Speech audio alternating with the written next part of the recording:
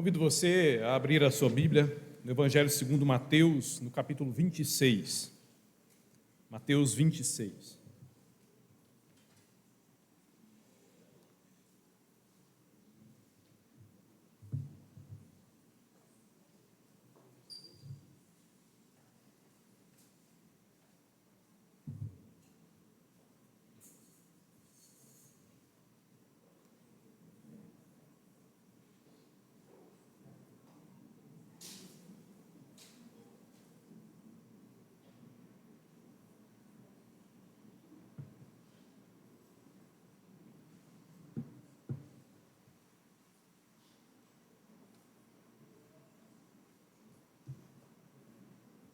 Encontrando, com a sua Bíblia aberta, ore ao Senhor, peça a Ele para falar com você através dessa palavra. E mesmo depois que nós lermos o texto, recomendo você a deixar a sua Bíblia aberta, porque nós vamos meditar durante toda essa pregação nos versículos, quase que versículo por versículo, desse texto em que nós vamos ler agora. Mas ore ao Senhor e peça a Ele para falar com você.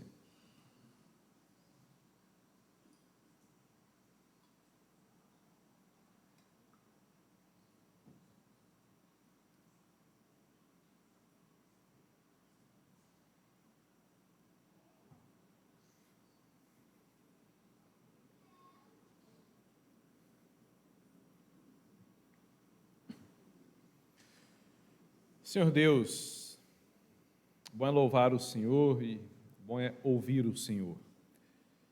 Te louvamos, agora queremos te ouvir. Por isso, fala-nos, Santo Deus, com unção, com poder e graça, em o nome santo do Senhor Jesus. Amém. Evangelho segundo Mateus, capítulo 26, o Senhor nos diz assim, a partir do versículo 36. Então Jesus foi com seus discípulos para um lugar chamado Getsêmani e disse-lhes: sentem-se aqui enquanto eu vou ali orar. Levando consigo Pedro e os dois filhos de Zebedeu, Tiago e João, começou a entristecer-se e a angustiar-se. Disse-lhes então: minha alma está profundamente triste, estou com uma tristeza mortal, fique aqui e vigie comigo. Indo um pouco mais adiante, prostrou-se com o rosto em terra e orou: meu Pai, se for possível, afasta de mim esse cálice. Contudo, não seja como eu quero, mas sim como o Senhor quer. Então voltou aos seus discípulos e os encontrou dormindo. Vocês não puderam vigiar comigo nem por uma hora? Perguntou ele a Pedro.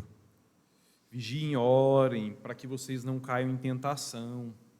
O espírito está pronto, mas a carne é fraca. E retirou-se outra vez para orar. Meu Pai, se não for possível afastar de mim este cálice sem que eu o beba, faça-se a tua vontade. Quando voltou, de novo os encontrou dormindo, porque os seus olhos estavam pesados. Então os deixou novamente e orou pela terceira vez, dizendo as mesmas palavras. Depois voltou aos discípulos e lhes disse: vocês ainda dormem e descansam? Chegou a hora, eis que o Filho do Homem está sendo entregue nas mãos de pecadores. Levantem-se e vamos, eis, aí vem aquele que me trai. Pois bem, situemo-nos na madrugada de quinta-feira para sexta-feira, a sexta-feira da Páscoa. Jesus ele seria preso e submetido a um julgamento muito opressor e bastante corrupto mesmo. Depois daquele julgamento, ele seria torturado intensamente. Inclusive, muitos não conseguiam resistir àquele tipo de tortura que Jesus foi submetido. E depois do julgamento e da tortura, às 9 horas da manhã da sexta-feira, Jesus seria crucificado. E lá na cruz, Jesus então enfrentaria 6 horas de humilhação e de dores intensamente, profundamente sufocantes. Jesus sabia que ele passaria por aquilo.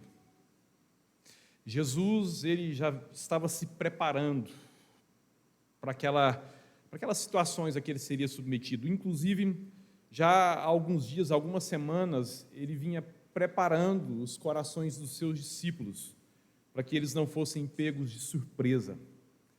E sabendo o que esperava por ele, já a partir daquela noite de quinta-feira, ele sabia que não dava para passar por aquilo de qualquer jeito. Ele precisava se preparar para tudo aquilo. E ele não precisava se preparar apenas para passar por aquilo, mas principalmente, ele sabia que ele deveria passar por aquelas coisas todas, honrando a Deus em cada uma daquelas situações. Isso é um fato, é um ensinamento do Senhor para nós. Não basta nós passarmos pela vida, não basta nós desfrutarmos das alegrias, não basta irmos às festas, não basta enfrentarmos as dores, derramarmos lágrimas aqui nessa vida. Nós precisamos aprender com o Senhor Jesus a passar por tudo isso, seja na bodas, na festa de casamento, seja ao ser julgado, ainda que de forma tão corrupta, mas passarmos por isso honrando o nosso Senhor. E para fazermos isso, não só passarmos por essas coisas, mas passarmos honrando o Senhor, nós também, assim como o Senhor Jesus, precisamos estar preparados. Por isso mesmo é que na quinta-feira, depois ali do jantar pascal, entre 22 e 23 horas, antes da meia-noite, mas já no finzinho da quinta-feira, Jesus teve um momento muito, mas muito especial mesmo, com Deus e com os seus discípulos, num lugar muito especial para eles, chamado Jardim do Getsêmani. E muito do que ocorreu naquele lugar, no Jardim do Getsêmani, fortaleceu Jesus para enfrentar a prisão, o julgamento, a tortura e a sua própria crucificação. Por isso, meu irmão, minha irmã, eu te convido nessa noite, à luz da palavra do Senhor, do próprio testemunho de Cristo, a irmos com Ele, lá para o Getsêmani, para nós aprendermos naquele lugar com o Mestre, porque Ele tem muito para nos ensinar ali, até porque nós também precisamos frequentar os nossos próprios Getsêmanes. Por isso, vai acompanhando aí na sua Bíblia, e eu começo pelo versículo 38. Jesus chegou no Getsêmani muito angustiado, porque ele sabia o que estava por vir. Ele próprio declarou: a minha alma está profundamente triste. Eu estou assim com uma tristeza de morte, uma tristeza mortal. E a primeira lição que eu aprendo com o Senhor Jesus nessas suas palavras é que não existem super-humanos na vida real. Se existissem super-humanos fora do cinema ou das páginas das histórias em quadrinhos, aqueles humanos que estão além das limitações humanas, Jesus seria o melhor candidato. Mas o que nós vemos aqui é Jesus justamente enfatizando as suas fraquezas, as suas limitações legitimamente humanas. Porque na sua natureza humana, enquanto ele se aproximava da cruz, Jesus estava profundamente, verdadeiramente, palpavelmente, visivelmente abatido. A minha alma está profundamente triste. Eu estou aqui dentro de mim com uma tristeza de morte, uma tristeza mortal. Declarou em alto e bom tom para os seus discípulos ali o Senhor Jesus. Meu irmão, minha irmã, a tristeza de Jesus ao se aproximar da cruz revela muito de mim mesmo e de você. A tristeza de Jesus ao se aproximar daquele momento de tão profundas dores revela muito a respeito de nós mesmos, que também somos humanos, como é o Senhor Jesus. Basta nos colocar diante de problemas reais para revelar do que nós realmente somos feitos. E aí, nesses momentos, nós nos lembramos de que nós somos pó. Somos pequenos, somos pobres, somos frágeis, somos verdadeiramente, profundamente limitados. Nessa vida, meus irmãos, existem lutas maiores do que nós. Essa vida é muito complicada. Esse mundo onde nós fazemos a nossa peregrinação é um mundo muito complexo, muito perigoso.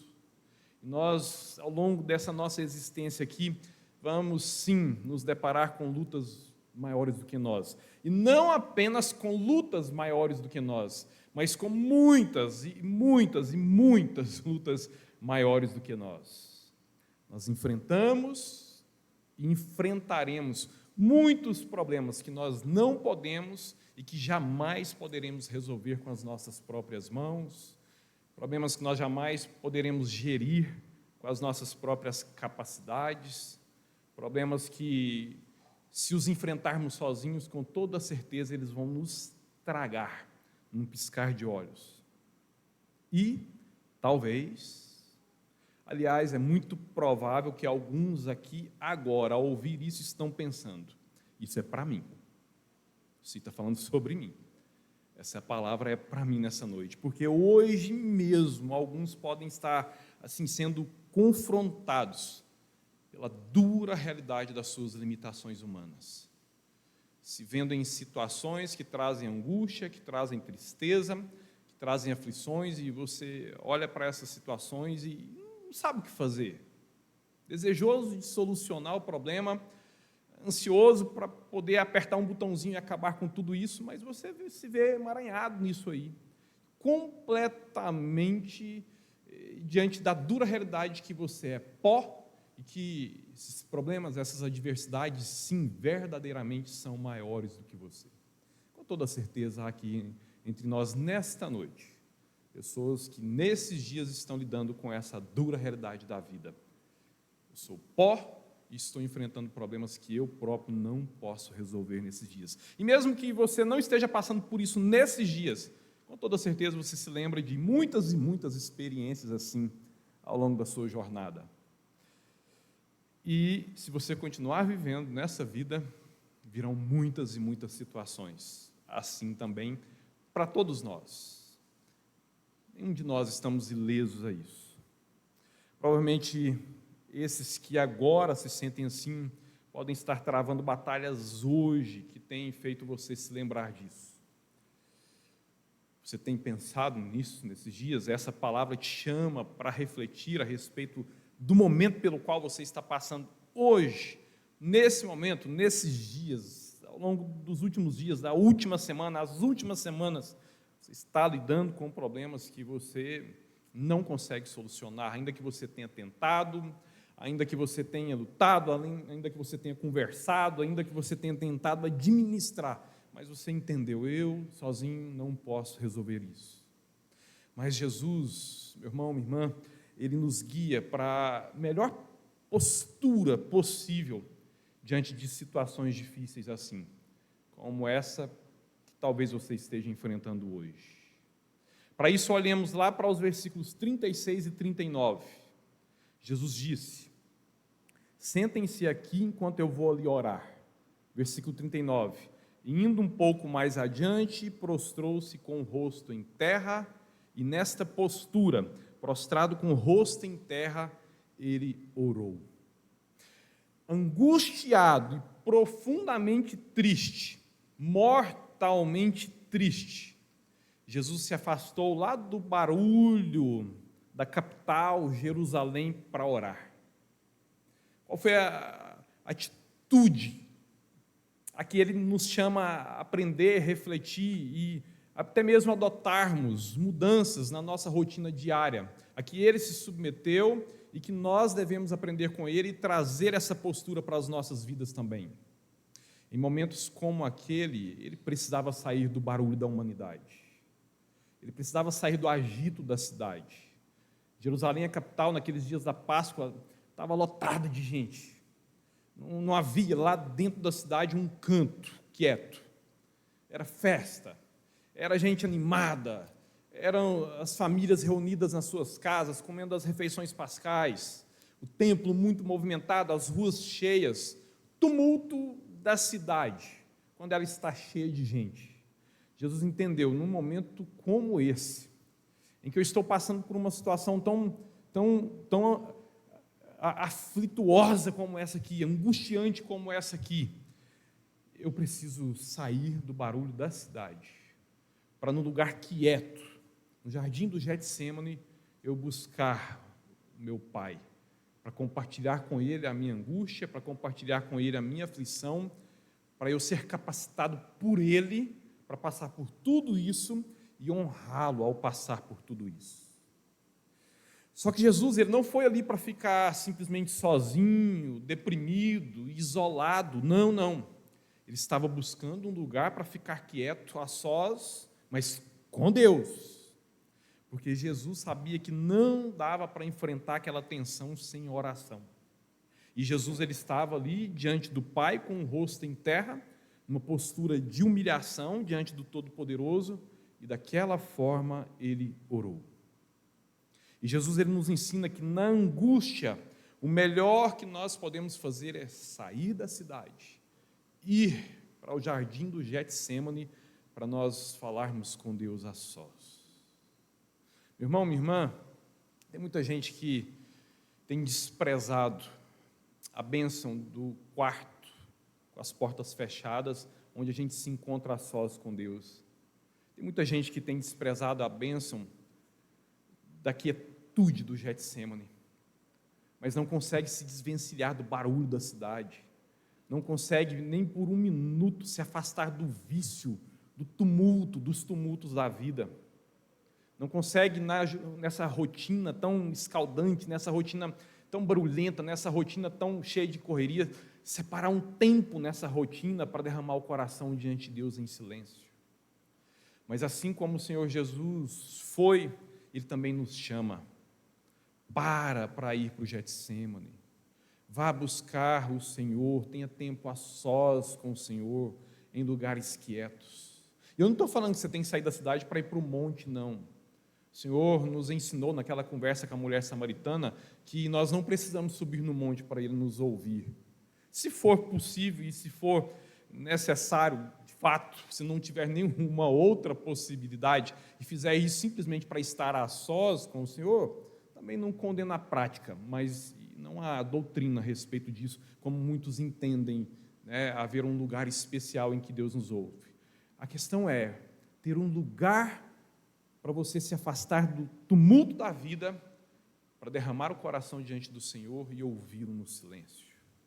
E aí o Getsêmani, no meio da sua rotina, pode ser o banheiro no seu ambiente de trabalho, pode ser a quietude do seu carro, do seu quarto, a cozinha da sua casa, enquanto você faz as coisas ali, enfim, um lugar a sós com Deus, para derramar diante dele o coração, entendendo que, diante de toda essa rotina tão corrida, eu travo dificuldades, lutas, adversidades com as quais eu não posso lidar sozinho. Eu preciso, em humildade, frear tudo, parar tudo e dizer: Senhor, eu preciso do Senhor. E assim como o Senhor Jesus, colocar a cara no pó e buscar o Senhor com todo o seu coração. E aí sim, a agitação da rotina, o barulho da cidade nos impede, nos dificulta a fazer isso com todo o nosso ser. E se Jesus precisou orar daquela forma, quanto mais nós precisamos também. Nós carecemos vital e vitaliciamente, meus irmãos, da presença do nosso Senhor. Romanos 8:36 nos diz que nós vivemos todos os dias das nossas vidas como ovelhas destinadas ao matadouro. Todos os dias nós enfrentamos a morte. Por isso e por outras razões, nós precisamos orar sem cessar. Mas mesmo nessa rotina, nessa dinâmica de orar sem cessar, tirar um tempo para sair da cidade e ir para a quietude, para o silêncio do Getsêmani. Diante da dura realidade da vida, meus irmãos, é fato, nós oramos muito pouco. E mesmo os que oram, e oram muito, ainda o fazem aquém daquilo que deveriam fazer. Mas, ainda assim, o Senhor, Ele nos chama e insistentemente Ele nos convida a rever essa nossa postura para valorizarmos nas nossas vidas, no meio da nossa rotina, esses tempos preciosos a sós com Ele no jardim do Getsêmani. E outros, desprezando esse convite do Senhor, enfrentam essas lutas que lhes são bem maiores, acreditando que vão vencer. Não, com toda certeza, serão esmagados pela grandeza da vida se é que já não estão sendo. Mas diante de nós está o convite do Senhor, ao buscarmos, naqueles momentos quietos das nossas vidas, para nós estarmos com os nossos corações totalmente rendidos ao Senhor e os ouvidos das nossas almas atentos para a sua voz. Nós vivemos, meus irmãos, rodeados de muitos inimigos da oração. Nós estamos o tempo todo cercados de muitas distrações hedonistas, o tempo todo há muita sedução a que nós nos dediquemos aos prazeres dessa vida. Todos nós estamos o tempo todo sendo seduzidos pelo barulho tecnológico viciante o tempo todo. Não sei porquê, mas por que é que é tão mais fácil abrir o celular para ler o que está sendo dito no WhatsApp ou lá no Instagram, do que abrir a Bíblia para ouvir o que Deus está falando para nós? No entanto, o tempo todo nós temos uma maior disposição para abrir isso aqui do que isso aqui. Nós vivemos também lidando com um grande inimigo da oração, que é a abundância de recursos para quase tudo nesse nosso mundo e nesse estilo de vida. A abundância dos recursos da medicina, a abundância dos recursos da farmácia, a abundância dos recursos da comunicação, a abundância dos recursos que nos são disponibilizados através dos financiamentos, e a abundância de recursos expressos para quase tudo, aparentes soluções imediatas, sabe, que muitas vezes não me colocam de joelhos, porque eu aperto um botão, eu faço uma ligação, eu marco uma consulta e ali parece que está a solução para todos os meus problemas nessa vida. E assim, o verdadeiro médico, o verdadeiro socorro, ele é sempre colocado em último plano, quando há um plano para ele. Aí você junta tudo isso a uma natureza carnal terrível, que naturalmente já não quer orar mesmo. Você se lembra daquilo que John Stott falou? Não há lugar melhor nessa vida do que aquele lugar em que a gente fica em silêncio na presença de Deus. E como meu coração não quer ir para esse lugar. E nós temos essa tendência pecaminosa também de sermos independentes de Deus. Porque se eu busco, Ele vai falar para mim qual é a vontade dEle para a minha vida. E muitas vezes a vontade dEle vai me levar por caminhos os quais eu não quero, para os quais eu não quero ir. Muitas vezes planos dEle vão contrariar os meus próprios planos. Por isso essa nossa predisposição carnal terrível para sermos independentes do Todo-Poderoso. E todas essas adversidades nos levam a perguntar e responder para nós mesmos: orar para quê? Se há tanta coisa à disposição. Nós convivemos diariamente com muitos inimigos, do tão necessário para a vida, tempo a sós com o Senhor, quando o nosso próprio velho homem, ele próprio sozinho, já é um terrível inimigo desse tempo a sós com o Todo-Poderoso. Essas coisas, meus irmãos, elas nos tornam imediatistas e ansiosos. Essa abundância de recursos nessa vida e nesse mundo sempre estão à nossa disposição, mina a nossa confiança, a nossa dependência em Deus, porque Ele não se sujeita a nós, Ele age no tempo dEle. Deus não é expresso. Deus ele não se comprometeu a trazer respostas expressas para as nossas orações, como os aplicativos muitas vezes fazem. Com Deus o tempo é diferente. Com o aplicativo do banco, se eu estou endividado, eu vou lá e vejo qual o empréstimo disponível para mim, com meia dúzia de cliques o dinheiro cai na minha conta. Aquilo geralmente vai gerar problemas futuros, maiores problemas futuros. Com Deus é assim: Senhor, tem misericórdia de mim, eu fiz um monte de besteira aqui, me endividei, me socorre.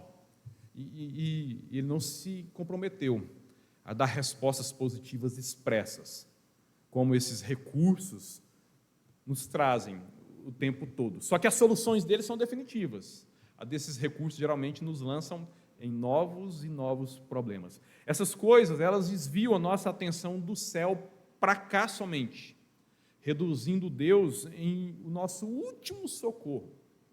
Quando não há mais opções nessa vida, aí eu tenho que me lembrar de Deus. E isso quando ele é visto como uma opção.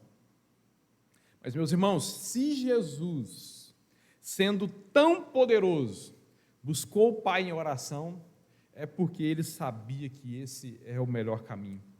Buscar Deus antes é sempre o início para as melhores soluções. Então, desfrute dos recursos que Deus disponibiliza para nós nessa vida, mas sempre busque o Senhor, faça Ele sempre a fonte da sua primeira busca, sempre confie nele em primeiro lugar, sempre deposite primeiro nele, sobretudo nele, as suas esperanças. E aí, se Ele quiser usar os recursos dessa vida, Ele é quem determinará a forma que Ele usará para te socorrer. E Ele sim coloca esses recursos à nossa disposição.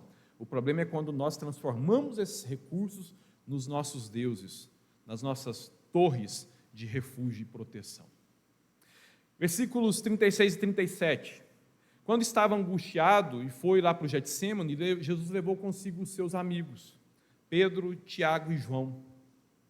É fato, nós precisamos sobretudo de Deus, mas pessoas também são bênção de Deus para as nossas vidas aqui. Lembremos, por exemplo, Adão, ele estava muito bem com Deus e com a criação lá antes da queda, mas ele tinha uma carência humana que só foi suprida por Deus através de Eva. Moisés, ele era capacitado por Deus para conduzir o povo no deserto, mas ele precisou sim de outros companheiros para dividir a carga. Davi, ele foi extraordinário na sua carreira militar, mas ele tinha um conselho de guerra por trás das suas vitórias, que ele próprio os exalta, quando ele descreve quem eram os seus 30 valentes. E durante todo o ministério de Jesus, os discípulos sempre estiveram ao lado, durante os 3 anos completos. Eu não estou falando sobre andar sempre cercado pela multidão. Não é esse o convite do Senhor para nós. Mas eu estou falando sobre a importância de se ter pessoas queridas com as quais nós podemos contar nos dias maus. Pessoas para quem nós podemos abrir os nossos corações, pessoas para quem nós podemos derramar as nossas angústias, pessoas para aqueles momentos em que nós não estamos conseguindo orar e que nós sabemos que por nos amarem vão orar por nós. Você tem essas pessoas para levar com você lá para o Getsêmani? Se você as tem, valorize-as, ame-as, seja bênção nas vidas delas também, porque elas são bênção de Deus na sua vida. E se você não tem essas pessoas, peça ao Senhor essas pessoas para a sua vida, porque Ele é o maior interessado em que nós não caminhemos sozinhos aqui nessa vida. Versículo 41. Vigiem e orem para que vocês não caiam em tentação. O espírito está pronto, mas a carne é fraca. O Senhor sabe que nos dias difíceis, geralmente nós nos tornamos mais suscetíveis às armadilhas dessa vida. Nos momentos de raiva, por exemplo, é muito fácil falar e fazer besteira. Nas nossas carências emocionais, afetivas, muitas pessoas entram em relacionamentos doentios. Nas dívidas, é muito perigoso o endividado contrair mais dívidas ainda e se tornar ainda mais endividado. Quando o Senhor falou que a carne é fraca, Ele não estava ali nos dando uma liberdade para pecar, como muitos fazem. Eu caí porque a carne é fraca. Eu fiz aquilo porque a carne é fraca, eu pequei porque a carne é fraca. Não era essa a intenção de Jesus. A carne é fraca significa aviso, atenção, alerta. Por isso, quando as coisas elas não estão bem, nós precisamos acender a luzinha da atenção e orar mais do que nunca, pois aí é que nós estamos suscetíveis mesmo à queda. E orar especialmente buscando no Senhor santidade, sabedoria e domínio próprio, para que nesses momentos de tentação e de fraqueza, quando estamos mais suscetíveis, nós não nos lancemos na queda, mas lancemos-nos nos braços do nosso Senhor em oração. Depois dos versículos 39, 42 e 44, é quando Jesus ora ao Pai dizendo: se possível, passa de mim este cálice. Jesus pediu para Deus para ser livrado do sofrimento iminente, sabendo que haveria de vir, sabendo que era certo que estava diante dele. Ele pede para o Pai por 3 vezes: Pai, se possível me livra disso, se possível me livra desse julgamento opressor a que eu serei submetido, desses homens corruptos. Pai, se possível me livra da tortura a que eu serei submetido daqui a pouco. Pai, se possível me livra da crucificação, me livra de morrer desse jeito. Pai, se possível, passa de mim este cálice. E ele ora assim, mesmo sabendo que ele veio também para isso, mesmo sabendo que o ápice do seu ministério era a cruz. E o que eu aprendo com o Senhor, nessa sua postura de oração, é que é natural, meus irmãos, nós desejarmos sair dos problemas. Nós não fomos chamados para sermos masoquistas, isso é pecado. Nós fomos criados para a vida, nós fomos criados para a alegria, nós fomos criados para a paz. E querermos sair, fugir de tudo que nos afasta dessas bênçãos para as quais nós fomos criados, esse é o natural. Desejar sofrer, isso é pecaminoso. Isso é o que desagrada ao Senhor. Isso não tem nada a ver com a vida para a qual nós fomos criados. É natural nós desejarmos sair dos problemas. Não é pecado desejar parar de sofrer. Aliás, isso é o esperado. Não é pecado pedir para Deus para Ele nos livrar dos problemas. A questão é que nós precisamos entender que Deus nem sempre vai nos atender como nós queremos. Porque nesse mundo nós teremos aflições. Porque nesse mundo nós enfrentaremos adversidades. E como sempre lembramos aqui, o nosso Senhor nunca nos enganou, nunca nos iludiu a respeito disso. Jesus pediu para ser livrado, mas ainda assim, ele foi preso, julgado, torturado, crucificado e morto, ainda que tenha pedido para Deus livrá-lo de tudo isso, por 3 vezes. Então, o que fazer diante disso? Jesus pediu: se possível, passe de mim este cálice, mas ele sabia que a sua oração não mudaria o propósito de Deus.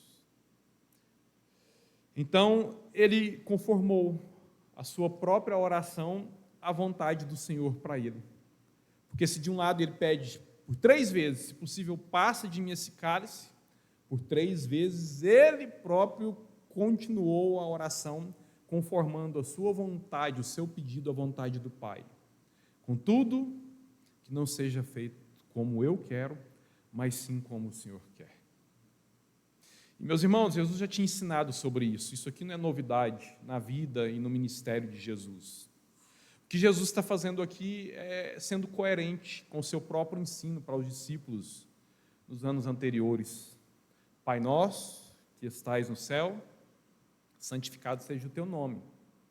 Venha a nós o teu reino, o teu governo, a tua soberania. Seja feita a tua vontade, e não a nossa, assim na terra como no céu. A melhor oração é aquela em que nós levamos o barquinho até a margem. Você se lembra? E não aquela em que nós tentamos trazer a margem até o barquinho. É o menor que se conforma à vontade do maior.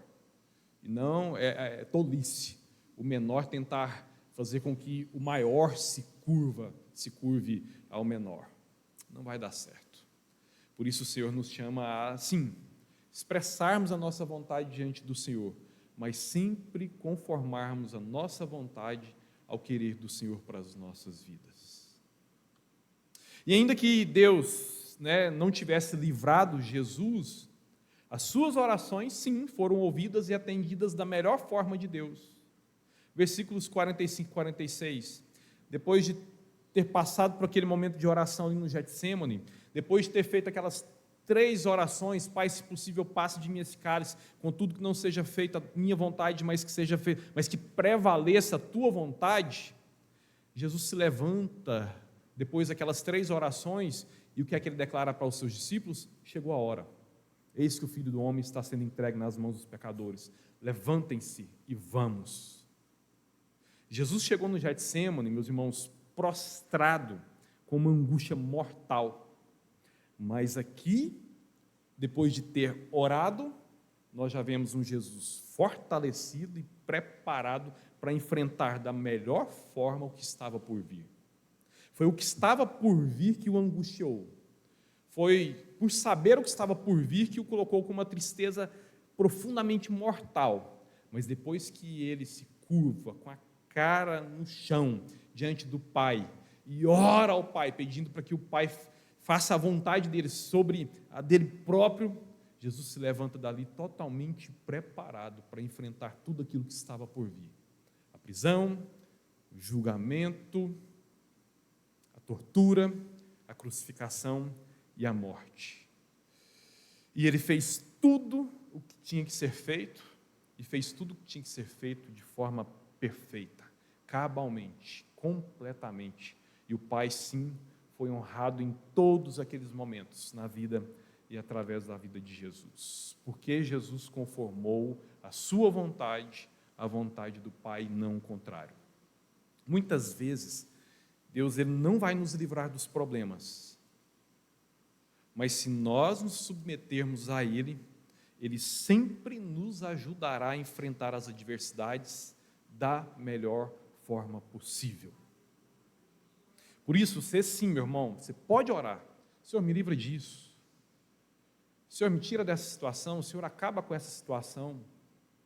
É desejável que você queira isso. Mas, ao mesmo tempo, também ore. Pai, que acima da minha vontade seja feita a tua. E caso você se submeta assim ao Pai, pode ser que Ele não te livre, provavelmente não te livrará, mas Ele não te deixará passar sozinho por essa adversidade, e assim como Ele fez com Jesus, a vitória dele é certa no fim do caminho, sempre, para as vidas daqueles que temem a Ele e que a Ele se submetem. Romanos 8:36, citando o Salmo 44:22, nos diz assim: por amor de ti nós enfrentamos a morte todos os dias, nós somos considerados como ovelhas destinadas ao matadouro. Assim como foi com o nosso Senhor, meus irmãos, se nós formos fiéis em segui-lo, e por sermos fiéis e por segui-lo, ainda passaremos por muitas aflições aqui nessa vida. Nós vamos precisar muito, muito mesmo, do nosso próprio tempo com o nosso Senhor, no nosso Getsemane particular. Por isso, não ignore a preciosidade, a bênção do Getsemane na sua vida. Saia do barulho da vida, saia do barulho da agenda, saia do tumulto dessa rotina louca na qual nós estamos. E sempre procure a quietude do Getsemane e valorize esses momentos a sós com o Senhor. E não apenas vá de vez em quando no Getsemane, mas seja frequente no seu próprio Getsemane. E estando lá, faça como Jesus também fez, para que de lá você saia como o Senhor Jesus saiu. Oremos. Ore por você. Você pode derramar diante do Senhor o que está na sua alma, e se porventura nesses dias você tem passado por adversidades, por conflitos, tem vivido angústias, lance essas coisas diante do Senhor. Você pode, inclusive, orar: Senhor, se possível, passe de mim esse cálice, passe de mim essa angústia, mas complete a sua oração. Pai, contudo que seja feita a tua vontade, não a minha. E aprenda com o Senhor Jesus a se submeter ao Pai, confiando em que a vontade de Deus para as vidas dos seus filhos é sempre uma vontade boa, perfeita e agradável. Nós não compreendemos tudo isso no primeiro momento, mas aqueles que se submetem ao Senhor sempre passam pelas adversidades dessa vida, acompanhados pelo bom pastor.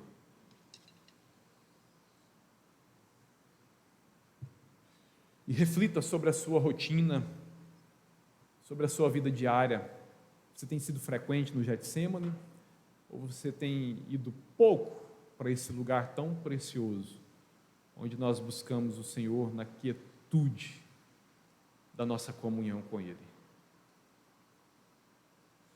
Convido você a continuar orando e também você pode fazer da letra desse cântico a sua oração.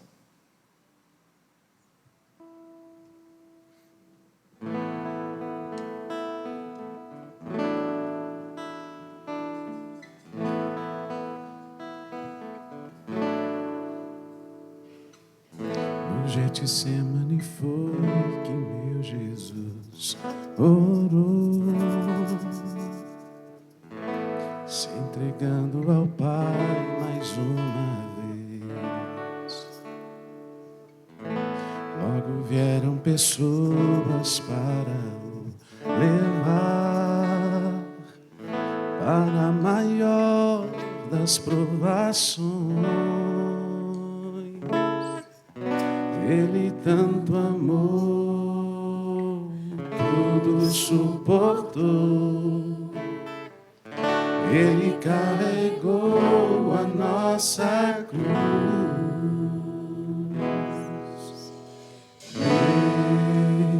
Escravos nas mãos, seu corpo a sofrer, naqueles momentos de dor, ver o mestre a chorar, e foi por você que ele mostrou tanto amor. Os soldados cuspiam no seu rosto. Posso ouvir o clamor da multidão.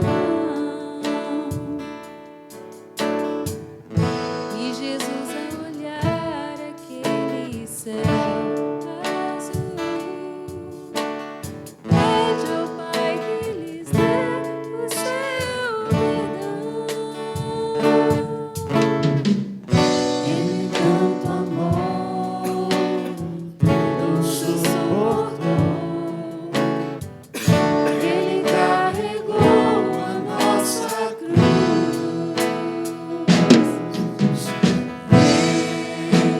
Os cravos nas mãos, seu corpo a sofrer, naqueles momentos de dor, ver ao mestre a chorar, e foi por você que ele mostrou tanto amor. Os cravos nas mãos, seu corpo a sofrer, naqueles momentos de dor, ver o mestre a chorar, e foi por você que ele mostrou tanto amor. Senhor Jesus, nós te louvamos porque ao se submeter ao Pai, o Senhor o honrou e o Senhor se fez um alto refúgio para nós eternamente. Por isso, nessa noite, reconhecendo nossas limitações e a grandeza, os perigos dessa vida, nós também nos sujeitamos ao Senhor. Nos ajuda a lançar diante do Senhor nossos medos, anseios, preocupações, nos ajuda a confiar no Senhor. E mesmo por causa da nossa pequenez, queremos estar livres dos problemas dessa vida, nos ajude a submeter o nosso querer ao teu querer. E assim cuide de nós segundo o teu amor e nos conduza pelos caminhos planos da sua vontade, que é sempre boa, perfeita e agradável. Senhor Jesus, nos ajuda a confiar em ti, assim como o Senhor confiou no Pai, para a tua glória, para a nossa salvação, para a nossa cura, para a nossa perseverança. Em teu santo nome, amém.